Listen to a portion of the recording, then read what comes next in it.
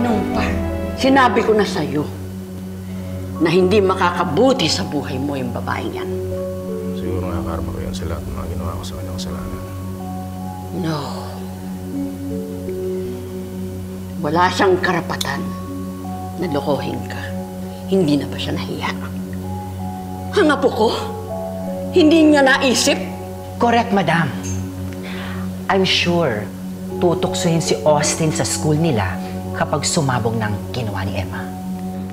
Baka naman kalad ka rin pa niya yung lalaking yan sa bahay niyo. At ipakita niya sa apo ko yung kataksilan niya. Ay, may kakilala akong ganyan. Kawawa nga yung anak ng kakilala ko eh. Kasi minamaltrato nung kinakasama niya. My God, huwag naman sana mangyari yung kay Austin. Where are you going? Rome! Tingnan mo yan. Ang wrinkles mo, oh? He doesn't listen! I know, but your wrinkles is more important, di ba? Rome! Please! Please, Rome! Huwag mong kunin si Austin para makapagpapag na anak ko yan! Please! Akin na yung bata! Please! Huwag mong kunin! Rome! Austin, no! Tama na siya! No! Please!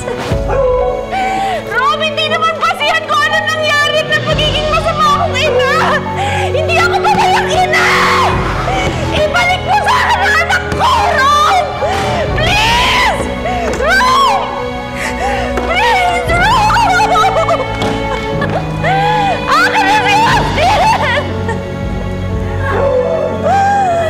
Austin! Bakit? Ano nangyari? Bakit, ha? Austin! Oh, my God! Nangyari ba? Talaga, tita? Kinuha ni Rome si Austin kay Emma? What Rome did was the right thing to do. Hindi ako papayag na lumaki ang apo kong si Austin sa malanding emang yan. Sige, tita. I-update mo na lang ako sa mga mangyayari. Sige na.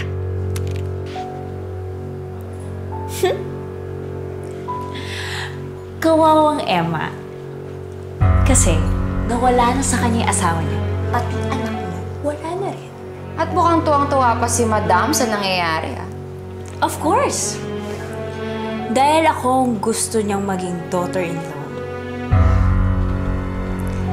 Panahon na siguro para trabahuhin kong maging reyna sa buhay niya.